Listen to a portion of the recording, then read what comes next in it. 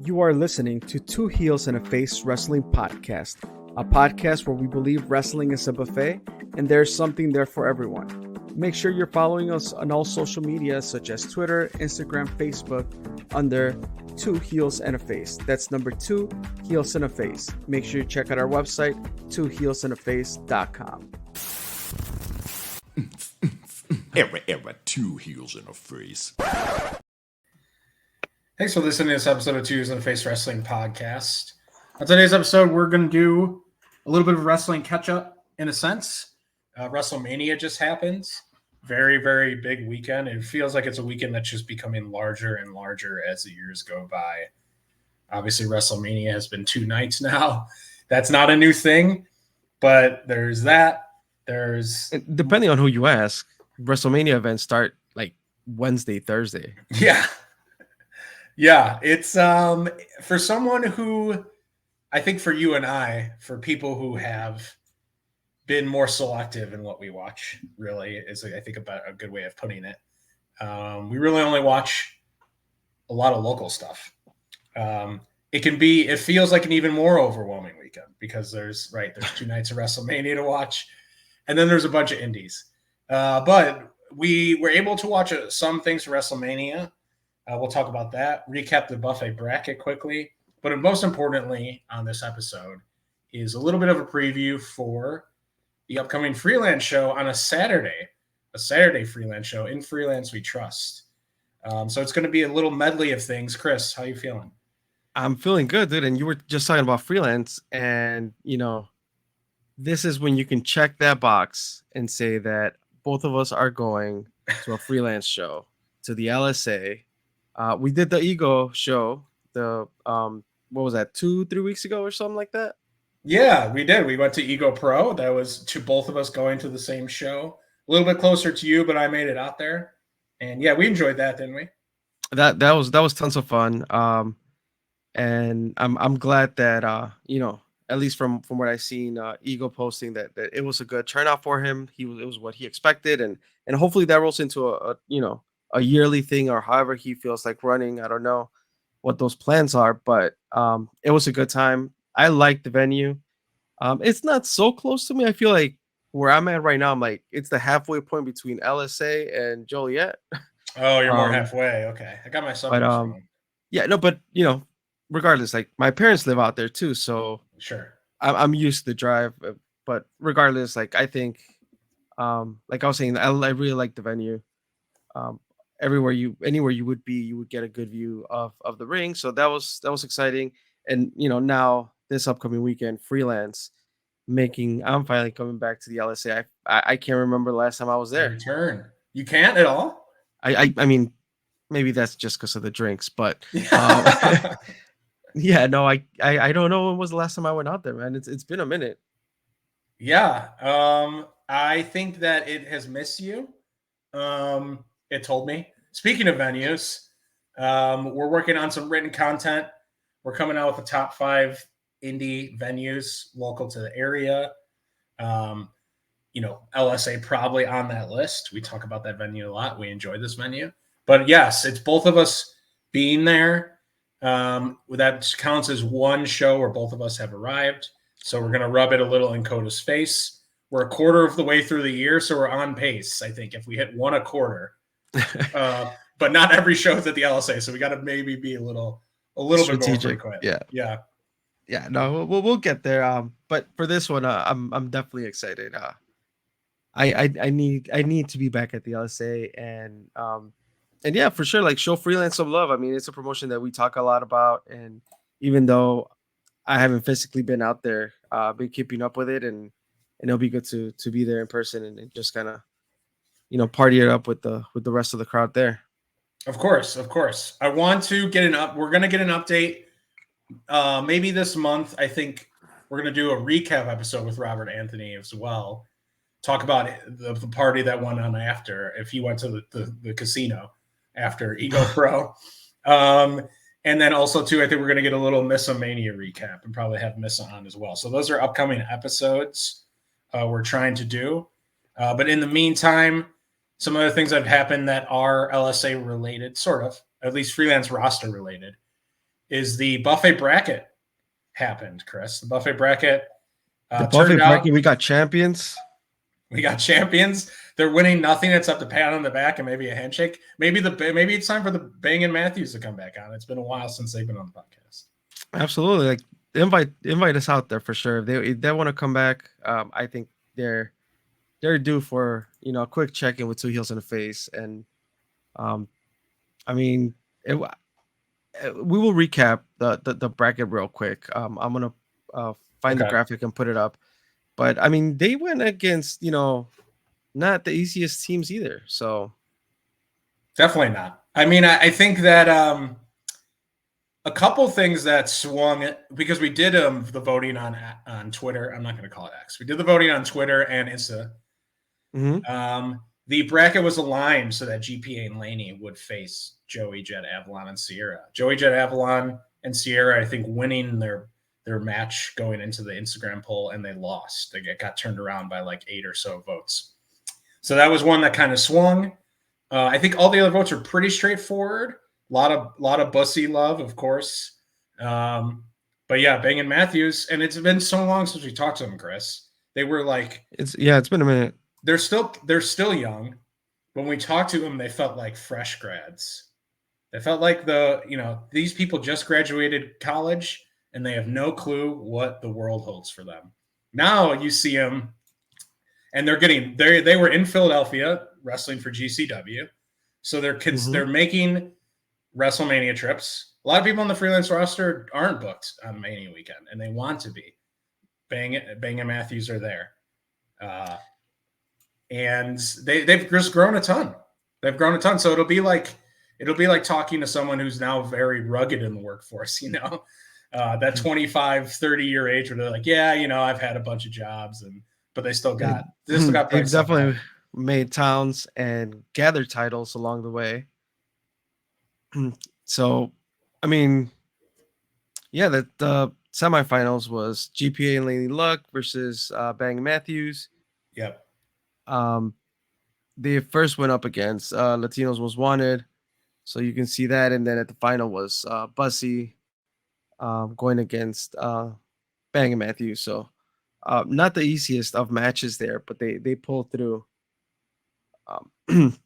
I saw that Effie even voted for them. Effie was doing the voting, and Effie voted against himself, against his team. Bussy is Alley Cat and Effie. For those maybe new listeners, hopefully I'm sending this to some new people that'll have a little bit of a preview going into the show. We're bringing some new people to the show, but we'll get into that.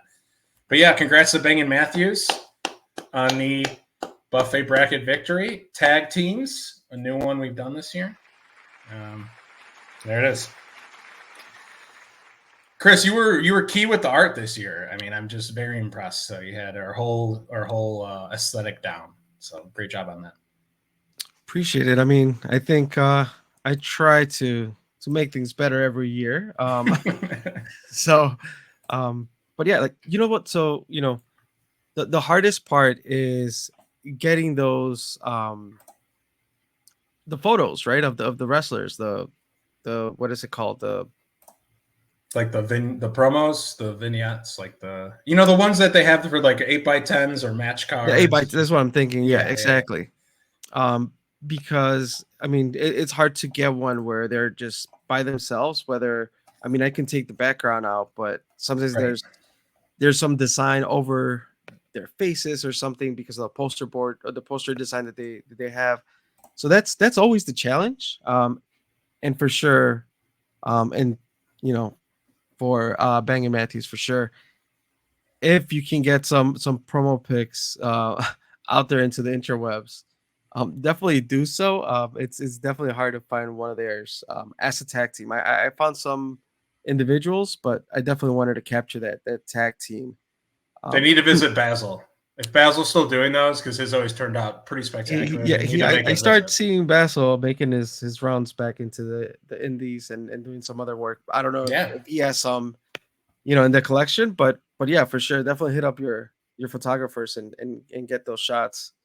For people like us who we just want to kind of do these fun things here and create some promotion around the work that the wrestlers are doing. Like it's helpful for for those graphics for sure. Do it for us. Don't do it for yourselves. Do it for us. Chris, did It you? goes both ways. Mm-hmm. It goes both ways. Chris, did you catch some WrestleMania this weekend? Because I did. Mm-hmm. Which Okay, I okay. think is like not something I usually do, but I caught some matches. What about you? I did. I was a little bit under the weather, so that kept me in Friday night, and I I was telling you that I watched the Hall of Fame, and I enjoyed it. It had been, I think, like maybe 2 years that I didn't sit down and watch the Hall of Fame. It was something that Carla and I used to do, for sure. But yeah, we caught it. We, the induction of Paul Heyman was pretty cool. Definitely brought back some good ECW memories, and Yeah, I mean, he's a great promo as it is. So just give him the mic and he'll entertain you. absolutely. But then Saturday I caught a couple matches. Okay. I was definitely looking forward to DIY. They had a ladder match. I missed this one. How did it go? So both tag titles were on the line. So And it's like a unification thing? no, so it was a ladder match, but both set of titles were hung up. So Oh, wow. a team could take one and another team could take a different one. Okay. So yeah, it was I wish I had more. I feel like what I was missing was the storyline. Yeah. Like just like a lot of matches for for that sake was like I would kind of know what's going on, but not really. And I think it would have benefited more to know a little bit more of the storyline. How did our because boys do? How did DIY? I mean, Ciampa did his finisher from the top of a ladder. Okay. I can't recall what the name of the finisher is, but Not important. regardless, I mean We're not showed great well. with names. We're not great with names. Exactly. I'm not a commentator, so I shouldn't need to know Yeah, all this. you're not getting moves, paid. right? We're not getting paid for this shit. Screw it. But yeah, they did well. It was just cool. I think it was Ciampa's first WrestleMania match. Okay. I think Gargano has had his WrestleMania match before. I'm not 100% sure. But New Day was out there. It was also cool to see the New Day with Big E during the Hall of Fame. Okay. We don't get to see Big E a lot. So regardless, so that match was cool. I mean, the main event, I had it in the background. I wasn't paying too much attention to it.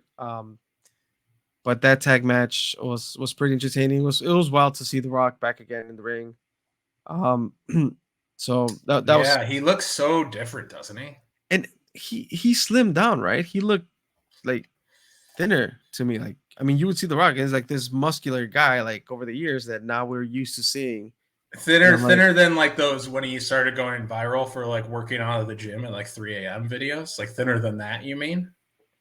Because he's not thinner than when he was in the ring. Like, No, for like sure. Cena at Mania. He's like right, but you can definitely see his head size has grown like 4 times. Exactly, which is usually is a sign of taking an human growth hormone. But allegedly, I'm not. Yeah. He can do whatever he wants, I guess. He's entertaining the folks. He's the people's champ. He doesn't look supernatural to me. That's fine. But I think he lost a little bit of agility, I think. But he's not in practice, right? He's old. How old is The Rock? We need to figure that out. But he still looks good. He still looks jacked. But it's a little different. It's a little different. He's just a little clunkier. He's 51. Okay. Well, and I guess it doesn't really matter if you're a wrestler because Taker's still popping up. So, but yeah, he's a little clunkier. He's 46. Okay. Cena, yeah. Cena's hairline is going, but he looks fine. You can still toss off that shirt in a hair second. period. Yeah. But yeah, I saw that Cody lost the first night, which made obviously the second night way more dramatic. I watched Becky. I watched the opener of night 1, Becky and Rhea Ripley. Okay. I feel like, speaking of lost a step, and I'm not. This is not me. Like, once again, don't watch WWE in its current form. Haven't for years, and that's okay. We're okay with that. Feels like Becky has lost a little. I know she's a mom too. Shout out to moms. Shout out to mothers everywhere. I know she like Happy had early Mother's Day. happy early Mother's Day. I know she had time off for that. It feels like she's lost a little step too. Whereas The Rock is like almost too much muscle now, and he lost like a little bit of his cat-likeness, cat-like agility. Becky seems to lost a little bit of strength. She's like, and I'm not body shaming. I just feel like her power is not there. Her power is not there. She doesn't have as much muscle maybe as she used to. But then also in comparison to Rhea Ripley, she's in her prime. Rhea Ripley's in her prime. She looks great. She looks fantastic. And they both kind of had like this little like Kiss, like 80s rock, like glam band, like eyeshadow, eye stuff going. I thought that was really good. The match I think was solid. Yeah. So I saw that one. I saw Jimmy versus Jay. I specifically went to that one. I was a little picky and choosy, right? Wrestling is okay. I saw Jimmy versus Jay. I thought that could have had more in it. Could have had more time. Could have had more storytelling. Could have had more slowing it down to like have the brothers do their brotherly thing. But it did. I thought it had some cool stuff in there. It had some cool. Was this night 2 or night 1? This is night 1. Okay. It had some cool stuff in there where like fake swerves, like a fake, like God, I get them confused now. I don't know which one is which. Jim, the heelish one, I think it's Jimmy. He pretends to give up, then he doesn't. Then like really after Jay immediately beats him, you can tell there's like a lot of like sorrow in his eyes. Like he doesn't want to beat up his brother. He just wants it to kind of be over kind of feeling. So they did a little bit of that, but it's just like these guys have basically been a part of the Bloodline feud. And I've watched some Bloodline stuff, and some Bloodline stuff kind of felt more important. And this I felt like should have just been given more time and more like room to breathe a little bit. So yeah, that's what I saw basically from night 1. And did you watch the Sami Zayn and Gunther? No, did you? I watched it again because I'm not in tune fully with WWE and their storylines. I did like the fact that up front, like they made it feel important. Like they had from the back, Sami Zayn like talking to his wife, his kid, leading up to gorilla position where Kevin Owens is there, like he's like, you got this, like still like, you know, they have also had a huge storyline from friends to enemies. Right, now they're like buds, yeah. Right, so they're back to buds, and it's like it was cool. They made it feel important. I'm like, okay, this gives me some sort of a piece of something to hang on to, or at least to go into the match with.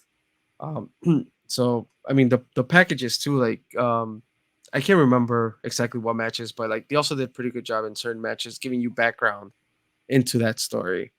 So that was pretty cool. And then just no, I am also getting it confused, but I'm like, as far as night 1. Oh, I saw DJZ had a cool spot. Joaquin Wild. Oh yeah, yes, Joaquin Wild. I was kind of skipping through their match a little bit, but I saw that he had a really, really cool spot where they slingshotted him off the second rope. Right, I think the first time that was like a viral clip when he did that in NXT. It's cool that he's at Mania. That's sweet. Doing that at Mania. Yeah. Just knowing him. I did not understand because it was supposed to be Ray and Dragon Lee. That was the official match, and then like I guess a couple days before they swapped it to Andrade and Ray, which it was fine, but it's kind of cool what they're doing with the LWO and that stuff. So yeah, definitely. Yeah, out of night 2, I'm just kind of looking at the card here. I saw the cash-in happened, which I thought was good. Yeah. I kind of like the Drew versus CM Punk, and Drew's like kind of trolling him and stuff. I'm kind of following that. That's one you can kind of follow through social media. Yeah. The Philadelphia street fight with Bobby Lashley and the Street Profits was like I was crying laughing at one point. That was because they tried to set up a table and the table just was too like overworked basically, and it just broke. They like set it up and the leg just collapsed. Oh, okay. And like, so they had to go get another table. So there's like this awkward pause. And then while that's going on, one of the Street Profits just takes a kendo stick and he's just like basically biding time because they have to go get another table. And he's just whooping Killer Cross with a kendo stick, and Snoop Dogg's on commentary. And he's just yelled, "Whoop that trick, whoop that." And he's just yelling that. That part made me laugh pretty hard. And Io Sky, check this out. Immediately after watching Io, first of all, I kind of felt like, once again, just I'm not hating on her too much, but I felt like Becky had kind of lost a step, or at least in this match she did. I'll say that. I think Bayley still has it, but I think Io Sky reminded me again like how good she is and was and still is. Mm-hmm. She was the best, I think, women wrestler that I saw on both of the nights, which I didn't see all of it. She was amazing, and immediately I started missing old NXT when I watched her because she reminded me of Kairi Sane because she's Joshi, and I went then and watched Kairi versus Shayna Baszler at like an old NXT show. And it was like, I was like, I can't remember when we were really in NXT. I was like, this is amazing. Yeah. I love that. And also, so I did also catch, because NXT is early in the morning now. I caught a little bit, and they're like, I think if I would spend like some time watching NXT, I think they're getting back to their roots a little bit as far as how they're putting stuff together. I'm sure, because this is Triple H's basically first WrestleMania and fully in charge, right? So I'm sure like his influence is spreading again to like when he was running NXT almost. And I think Shawn Michaels is the one that's leading NXT now. Oh, okay. It's probably similar. Like, yeah. So yeah, credit to NXT, like watching clips and a little bit of stuff that I put it in the background as I was doing some other stuff on Sunday morning. But I think if I give it a chance and spend some time there, like I think I would definitely like buy into the NXT. It gave me that NXT feel of when we were really into it. Back in my day. That's how I feel talking about it. Yep. The main event, night 2, the story was finished, and it was like, here's what I'll say. You can make the argument like, oh, right, there's too much popping up, there's too much interference, but like interference was kind of like the name of that because of the night 1 main event. Now all this stuff happened, so it was a chain reaction. I thought it was way different. I liked it because it was way different than their first fight at the WrestleMania Empire. I wonder if there's a way where we can kind of end a WrestleMania match without like someone doing their finisher 3 times to end it. That's always seems like that's the card pulled. Like, and now they do their finisher 3 times, and it's like that just kind of seems like the ace in the hole card, which I'm like slightly a little sick of. Although I don't watch a ton of Manias, but the chain reaction of things that took place and like the callback to the Shield betrayal, it was just like one crazy pop after another where like you're just like, whoa, and like just constantly. I thought it was pretty cool leading into the finish. And because we're in such a crazy era, I did not like. I thought like there was like a 5% chance. I'm like, did they bring Ambrose back just for Dude, yes. My mind went there too when the Shield music hit. That's a great call. Yeah, I was like, I mean, I wouldn't put it past them, right? At this point, like, I don't know politics and all that, but it just feels like it's a possible thing. Yes, it does. Like shit, like that'll be dope if it's Ambrose and clearly we're not good with names. What's his name? Rollins, yeah. He came out in like that really like puffy vests too, where there's Yeah, just, the shield there's outfit. Like, yeah, but there's like his always had like too much like pockets in the front. There's like it's like too much going on. But no, I mean, how can you not? The Undertaker bell still. I mean, you're not a wrestling fan, and you don't have a pulse if that doesn't hit you well every time. So it was amazing, and he was literally there, and like I love how like every time he comes back, he just kind of gives less and less of a shit. And he's just like wearing his Bang sweatshirt. No one really cares, but it's just like, yeah, if I'm gonna keep coming back and doing this, I'm just gonna wear like what I wear out on a Saturday night. Like, did you catch though? Like Cody was going under the ring to get something, and you saw like somebody move under the was ring. that Solo? So I don't know if it was Taker, if it was Solo, but I'm like, I don't know. like I was sitting down watching this with Carla, and I'm like, did you catch that? And I'm like, I did, but I don't know. Like, and she's like, well, you can go back. I'm like, nah, I ain't going back. I ain't gonna rewinding it. But then I think today, some like articles started coming out with like that people also caught that when Cody like went under the ring to pull stuff out, you saw some movement down there. So I love it. but regardless, I mean, I think that was like I didn't really understand the Taker because I thought based on also speculation and all that stuff when The Rock was beating up Cody outside of Allstate a couple weeks back, the truck that was out there had Cena and Stone Cold, and Okay. those were like Easter eggs saying that they were gonna be part of Yeah. that interference, and I'm like if Stone Cold comes out, him and The Rock have been had this long history of WrestleManias, that would have been cool, but I mean Taker's Taker, so. I think that's I don't really know where that he fits in the storyline. Was that just because like Roman ended Taker? And that's why Taker kind of I just took it as Taker's Taker. He's like the leader in the back, regardless of whenever, whether he's there or not. He's always one of those like you can insert him anywhere, and yeah. he's trying to be fair or be. Do you think him, Hornswoggle, and like Solo are just like chilling under the ring this whole time and just like playing? They're playing cards. They're playing Bones. Taker used to play Bones. Yep. They were just playing Bones. That's great. Yeah, so that was WrestleMania. That's our recap. But no, they do a good job of like making the show appeal to everyone. Casual fans, diehards.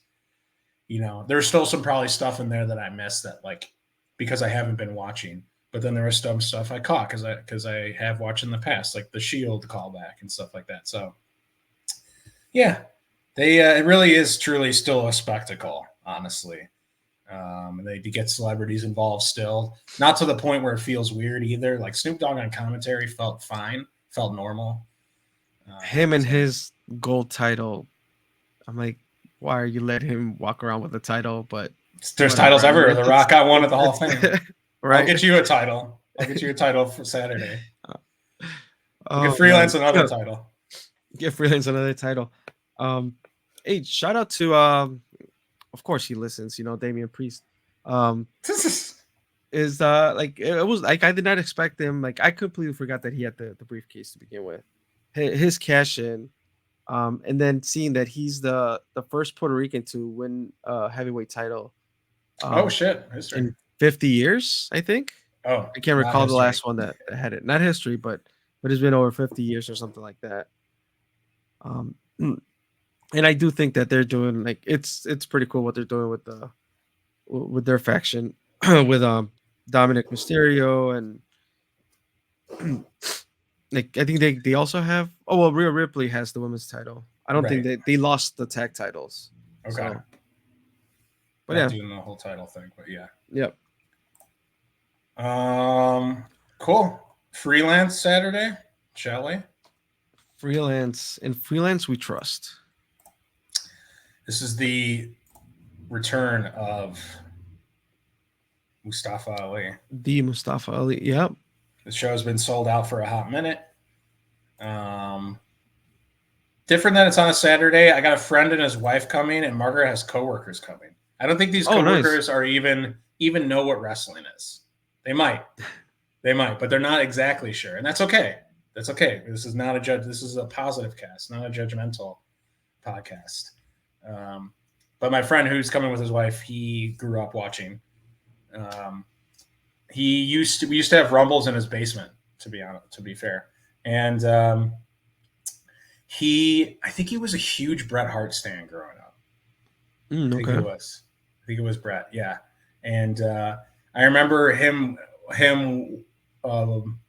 the Rumble, it was the 94 Rumble, maybe 93, where Bret and Lex fell out and touched the ground at the same time. He loves that Royal Rumble. Okay. So yeah, he might be only, he's 2 years older than me potentially, so around our age. Yeah, so they're coming. Excited to introduce both of those groups to Freelance. But yeah, anything on this card jump out to you? Obviously, there's Storm versus Mustafa Ali, right?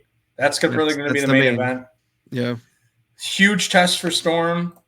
I don't even know if is he actually ready for this? I don't know if he's actually ready for this. Has he cut any promos about it? Like, dude, have you seen any promos on social media? I don't know. I've seen some tweets. Okay. I think he's his tweets kind of seem like he understands the magnitude of this challenge. I know he's fought big names.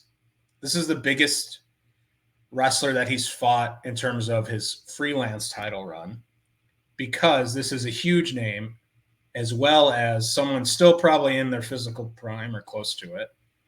This is not Paul London. No offense, Paul London. This is a person who's been a freelance world champion before. This is a person who now has been, I think, undefeated since coming back on the Indies. Do you think I don't know if Storm do you think Storm is going to escape with the belt? Would they? Ali kind of seems to be doing this entire continental thing where he's going to all these states. It just doesn't feel like he's going to kind of settle at freelance yet. I don't even know where the man lives. But I don't know, but it's still kind of feels like, because he could still take the belt because of this history with freelance. So I'm really torn on this one. So just making sure that the belt is on the line then? It's not just a match? Unless have you read something differently? No. Just want to make sure that that's the case, or double check here, but if the title's on the line, I don't know how Storm walks away with that. He could definitely title is on the line. Title's on the line. Okay, freelance. But Ali, I believe, hasn't lost yet, right? Is that undefeated indie streak still going? I think it's still on. Yeah. So that will be interesting. I mean, then again, Storm has been around for a while, right? Whether he's been training for years before he had his first official match. I even want to say and assume that Ali could potentially had been one of his trainers in the past. Yeah, there's probably more. They probably have had. They even if you look at them, they look like it looks like Storm Grayson, when he's a second level Pokemon and he evolves into Mustafa Ali, when he gets a higher enough level. And that's no offense to Storm Grayson. He probably would hate me hearing that and saying that. But Ali has just been to the big time. He has been champion before. It doesn't really feel like he wins Storm. It feels like Storm loses. That's kind of what I'm feeling like. Okay. And then it would make sense for, Ali, I don't know. That's what I'm feeling. Do you feel differently? I feel that Storm is walking away with that title, but I don't think it's a clean win. Okay. So yeah. And he's never really cheated too much. I don't see Storm as a big cheater, but he might have to. He might have to cheat. Pull a page out of G. Let's call up GPA and get some of the old tricks going. No offense, GPA. That's kind of a ricochet shot. Other matches on the card: Trevor Outlaw with Frank the Clown versus Reagan Lydale. I think it's interesting what Trevor does from here with Frank. I think Trevor and Frank could get a ton of momentum, but I just don't know if they know where to go or who to attack or who to kind of wrestle yet. That is Trevor Outlaw and Frank the Clown are kind of like a powder keg waiting to happen, but no one's lit the fuse yet. And I just don't know if they found awesome test for Reagan. She deserves it. I know they've wrestled before. This is different. This is LSA. The lights are going to be on, and yeah, I don't know what Frank. I don't know where. I think Trevor and Frank come on top. I don't know where they go next after this, but I feel like the Reagan Lydell might be, unfortunately, a little stepping stone here to something bigger. But hey, I wish you could prove me wrong because I love seeing Trevor Outlaw lose. The 6-man scramble match. So Corbin is being he's being cowardly. Mm-hmm. We're going to use a C word and not that C word that you might be thinking, but we're going to use a C word. Cowardly Corbin. He handpicked this freelance scramble. For those of you listening, scramble is like 6 or 7 people all in one match. First one to get some pin wins. There is no tags or anything like that. He handpicked it. The winner gets a shot at the Freelance Legacy title. Specifically did not pick Kota because he's dodging Kota. That's what makes him cowardly. He's running away from Kota Hernandez. He did pick Darius Luttrell. Now, Darius Luttrell, I think, is the favorite to win this because he's won scrambles. He knows how to win a scramble. Darius Luttrell wins. Does he then give his title shot up? Does he then try to take the title shot and win the Legacy Championship from Corbin, thus sparking a feud between Kota and Darius? Ooh. But yeah, Corbin is kind of just being cowardly. Honestly, we've said a lot of good things about Darren Corbin on this podcast, but he's being a C word right now. But that C word is cowardly. Yeah, I mean, we'll see where that goes. But I think you definitely have Chico, who's been running wild, but then you have Gonzalez, El Torero, who I'm not too familiar with, but Barkley and Brave. So this is the 6-man scramble. Winner gets a shot at the title against Corbin. It is not that same night, right? No. That same night, Darren Corbin has an open challenge. Okay. Yep. Open challenge. So I don't know if Kota's going to answer that. I don't know if Kota's going to answer the open challenge. If Kota answers the open challenge, is Corbin just going to wave it off? Right, because that was the original match that was supposed to happen, right?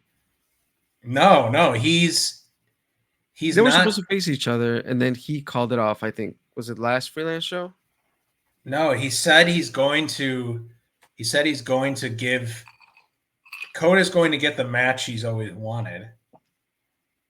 That we all thought and assumed that was a Kota versus Darren Corbin.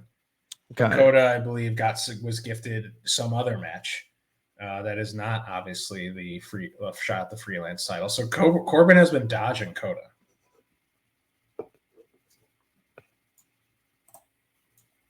Got it. So we'll see where that lands us. A tag team match.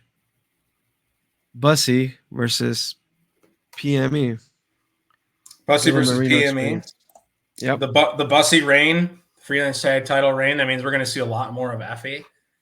Effie is an absolute spectacle and legend. He's an icon. I'm really glad what it's cool is like if I bring someone to a freelance show and Effie's not there, I'm like, oh God, Effie's not here though. But like seriously, like the Effie really enhances a freelance card. So does Dan the Dad.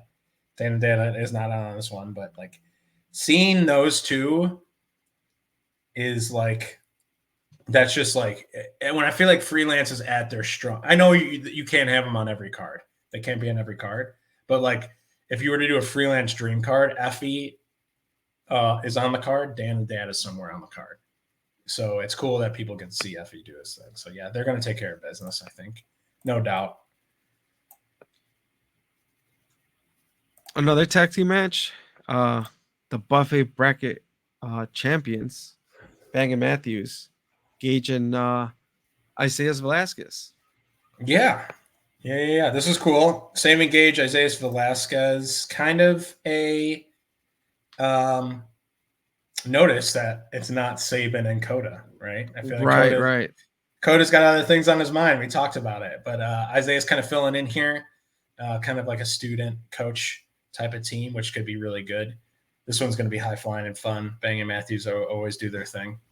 So yeah, looking forward to this. The other one is the other tag match. There's a lot of tags, honestly, at least 3 tags, and a scramble on this. So but we're gonna get our singles action in as well. But yeah, the other one is Craig Mitchell and Shane Mercer with James Russo. So James's bullies, his goons, are gonna beat up Robbie Reeves. Like Robbie Reeves is a nice guy here, and he's gonna get beat up. Like that's not fun. That's not fair. How is that fair? Shouldn't Shane Mercer and Craig Mitchell be like wrestling? No offense to Robbie Reeves and Son Ambrose, but like this is kind of feeding, like you're just feeding them to the wolves here. How is this fair? Yeah, I don't know. I think I mean they're gonna come in and do their thing. It'll be a good experience for Reeves and Ambrose, but I don't know if they're able to pull off the win. Now, if they do, it'll be huge. But also it'll be a good experience if they don't. And that's kind of how I'm seeing it here. But yeah, Mitchell and Mercer are just there to once again try to prove a point and just put another W in their belt and just trying to figure out what's next for them, right? Like who's the real challenge here? Yeah, definitely. It's a fun card. It's a great card to introduce people to. This is some people's first Freelance show. Like I said, Effie being on it is great. I don't know what's going to happen with Storm. When you go into a card and you're like, there's a lot of things that could happen. Mm-hmm. That's better than like, oh yeah, this person, we're flying in this person, but they're great, but they probably won't kind of, they're going to have a good match, but they don't kind of further anything. They might just lose. They're just kind of here to draw tickets. Mustafa Ali is here to draw tickets, but he's also a freelance original faithful, and he sold the place out. I think him kind of selling the place out, I would assume, allowed for a little bit more flexibility with this card, right? Like we can do some other shit. We can take some more risks here. The house is full, and yeah, I really think like it could be one of those nights, like one of those nights on Raw where like someone has a storyline and it spans like 3 segments, something like that, where it's like you see this person at the beginning, then you do have a middle segment, and then they have like a third act. I really think we could maybe see that with like Coda and Corbin. I think Coda might try like the different ways to get in his shot, get into this match versus Corbin. He's probably going to answer the open challenge. He's probably going to be turned away. So it's like, there's a lot of interesting stuff that could happen. Like, I don't think there's really any way you can sit down and kind of predict this one, I think, which makes it really cool. And I think there's even potential for a match, like for an additional match, even if it has not been announced. Yeah. So, how many were announced, do you know? Well, right here we just went through 1, 2, 3, 4, 5, 6, 7. Okay. It's a good amount of matches, but I think definitely with that Coda and having an asterisk next to his name and not sure how he's going to participate or if he's going to participate or not. Like, I think the open challenge also kind of allows us to be able to speculate a little bit on a potential additional match somewhere down the line. Yeah. Maybe a surprise person goes for the belt. Maybe a Kylie Ray answers the call. We've seen her wrestle Corbin before, and it was great. Yeah, I don't know. It could be maybe a Chris Romero answers the call for the Open Challenge, the Freelance Legacy title. You get your shot. I'm out of ring shape. I would have to. You're if The not in. Rock You're took not. a couple months to get back in there. You're not in soccer form. You got to get the Sunday Soccer League going, then we'll get you in there. That's right. Yeah. But all right. I mean that we will definitely be out there Saturday in Freelance We Trust at the LSA. Looking forward to that, man. It's been a minute that we haven't been out there, so definitely we'll be cracking some Modelos open. Yeah. If you're still listening, I think like stick with us on content. We re-released the Kirby episode, and then we took a couple weeks off, but we have written some stuff which is not live yet, and we got more coming this April. Hopefully, talking to, like I said, Missa Kate and Ego, and maybe we'll love Bang and Mathews again since they're buffet bracket winners. Thanks to all who voted. Thanks to all just even give it a retweet. It's a click of a button, but it means a lot to us because it gets people more involved in it. So yeah, it's great. It's gonna be nice to introduce Freelance to new people. It's gonna be nice to go again, and we're going. You better go. You gotta go because we gotta cross it off as like one of our things. So. Absolutely, tickets have been purchased. So yeah, but I need you physically there. So you better take some Motrin or some ibuprofen or whatever you need. NyQuil, or maybe Dayquil. just a little bit more whiskey, and you just kill whatever's inside with that. So sure, that works. That works. All right. Well, that is it for this episode. Looking forward to see whoever's gonna show up at the LSC on Saturday. Other than that, make sure you follow us on social media. 2 Heels in the Face. That's number 2 Heels in the Face. Check out the website, number 2 Heels in the Face. There's that article coming up where we're gonna kind of rate some Chicagoland venues. So that's in the works. Should be a fun one. It should be a fun one. I definitely would like to know people's opinion on those top 5 and honorable mentions. Everybody experiences wrestling differently, and the venue is a big part of that experience. So I think this is it'll be pretty cool to hear other people's opinions. Mm-hmm. So looking forward to that. And outside of that, I mean that's pretty much all I have. Make sure you hashtag Viva La Chico. Please do. All right. Thanks. Thanks.